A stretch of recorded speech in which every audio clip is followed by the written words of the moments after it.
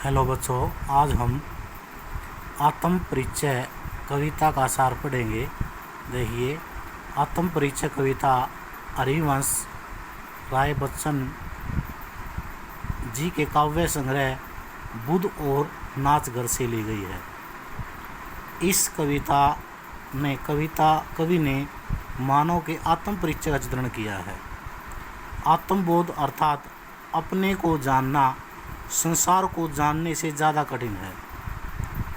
व्यक्ति का समाज से घनिष्ठ संबंध है, इसलिए संसार से निरपेक्ष रहना असंभव है। इस कविता में कवि ने अपना परिचय देते हुए लगातार दुनिया से अपनी दुविधा और संबंधों का रहस्य प्रकट किया है। कवि कहता है कि वह इस सांसारिक जीवन का संपूर्ण भार अपने कंधों पर लिए फिर रहा है। इस सारे भार को उठाने के पश्चात भी इसमें संसार अपने जीवन में प्यार लिए घूम रहा है। वह मेरे हृदय रूपी वीणा को किसी ने प्रेम से छूकर झंकृत कर दिया और वह उसी झंकृत वीणा के सांसों को लिए दुनिया में लिए घूम रहा है। वह प्रेम रूपी मदिरा को पी रहा है, इसलिए वह तो इसी में मगन रहता है। अर्थात कवि कहता है कि मेरे जीवन के अंदर दुख होते हुए भी मैं अपने आप को खुश मानता हूँ। अर्थात कठिन जीवन व्यतीत करते हुए भी मैं अपने जीवन से प्रेम करता हूँ। वह स्वार्थ के नशे में डूबकर औरों को अनदेखा कर देता है। मैं तो अपनी मस्ती में डूब मन के गीत गाता रहता हूँ। उसे इस कविता से, इस संसार से कोई लेना देना नहीं है। यह एकदम संसार अपूर्ण है, अतः संसार उसे अच्छा नहीं लगता।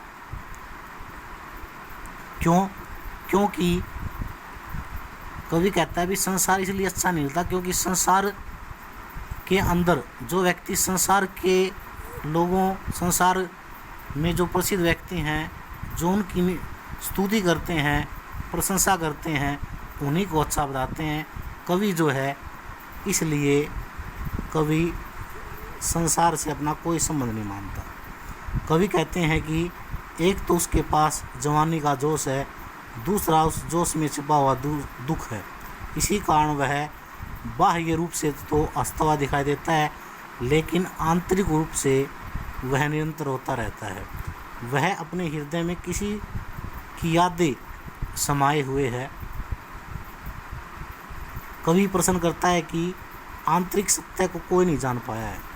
अनेक लोग प्रयास करते हैं कि जो सत्य है उसको प्राप्त किया जाए, लेकिन सत्य किसी ने नहीं प्राप्त किया है। नादान वही होते हैं जो अक्लमंद, अपने आप को अक्लमंद समझते हैं। फिर भी यह संसार मूर्ख नहीं है जो इसके बावजूद भी सीखना चाहता है। कवि और संसार का कोई संबंध नहीं है। कवि कहता है कि उसकी राह कोई और थी तथा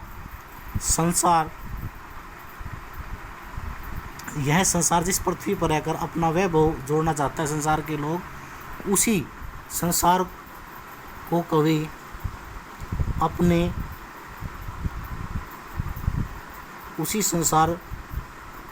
कवि अपने पैरों से ठुकराना चाहता है।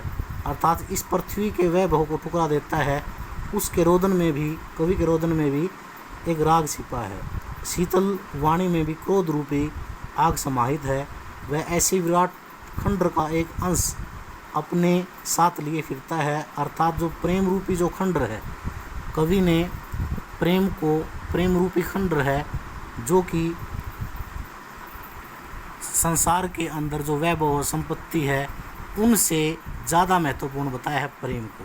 अर्थात कवि ने इस आत्म परिचय कविता के माध्यम से यही बताया है कि व्यक्ति के जीवन में कितने सुख दुख हो, कठिनाई हो, संघर्ष हो, लेकिन उनको व्यक्ति को हंसकर उनका मुकाबला करना चाहिए, उनसे पीछे नहीं रहना चाहिए। यही इस कविता के माध्यम से कवि ने बताया है।